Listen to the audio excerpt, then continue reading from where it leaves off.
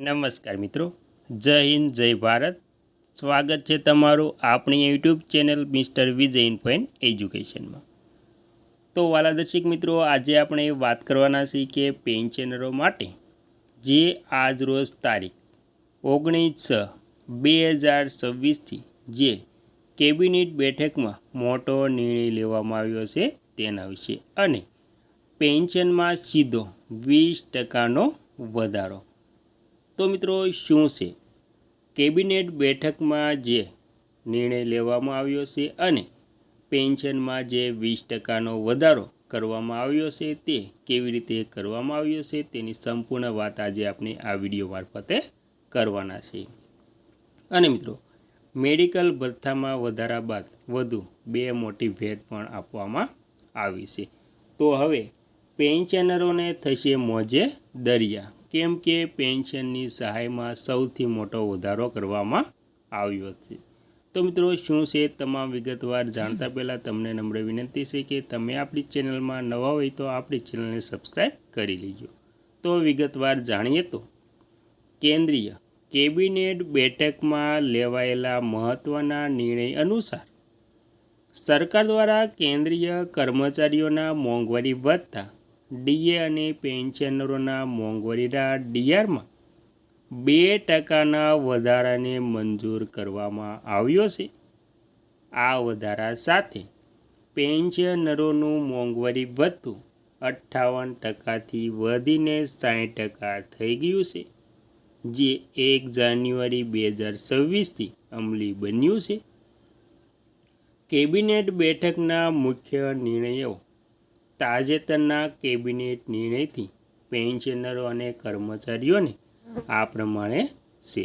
તેમાં મોંઘવારી રાહતમાં વધારો. પેન્શનરોની મોંઘવારી રાહત ડીઆરમાં સીધો 2%નો વધારો થયો છે. લાભાર્થીઓની સંખ્યા.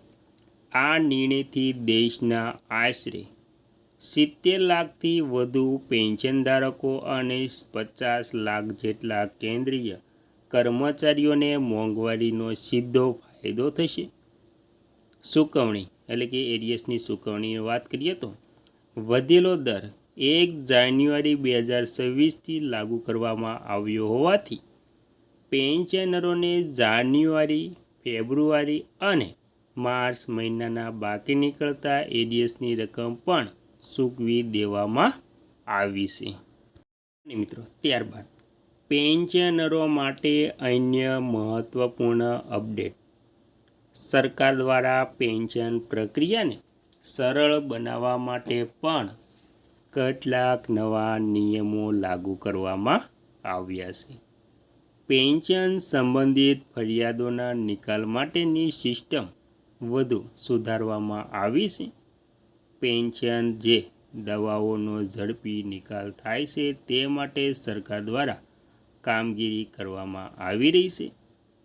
આ ઉપરાંત દેશમાં 8મા પગાર પંચની રચના માટે પણ સરકારે મંજૂરી આપી દીધી છે, જેથી ભવિષ્યમાં પેન્શનરો અને કર્મચારીઓના મૂળ પગાર પેન્શનમાં મોટો ઉછાળો જોવા મળશે. અને ત્યારબાદ ગુજરાત રાજ્ય કર્મચારી મહામંડળ અને ગુજરાત રાજ્ય સંયુક્ત મોરચાની બેઠક યોજાઈ હતી, જેમાં કર્મચારીઓની કેટલીક માંગ રાજ્ય સરકારે સ્વીકારી હતી. આવતીકાલે મળનારી કેબિનેટ બેઠકમાં તેની મંજૂરી અપાશે. ફિક્સ પગાર યોજના મુદ્દે પણ બેઠકમાં ચર્ચા થઈ, જેમાં ફિક્સ પગારનો સમયગાળો ઘટાડવા માટે વાત કરવામાં આવી. કર્મચારી મંડળના પ્રતિનિધિના જણાવ્યા અનુસાર રાજ્ય સરકારને અમે 10 પ્રશ્નોની રજૂઆત પણ કરી હતી, જેમાંથી સરકાર કેટલીક સ્વીકારે છે તે ખબર પડશે. તો મિત્રો, આ હતી રાજ્ય સરકારના કર્મચારીઓ અને પેન્શનરો માટે સૌથી અગત્યની માહિતી.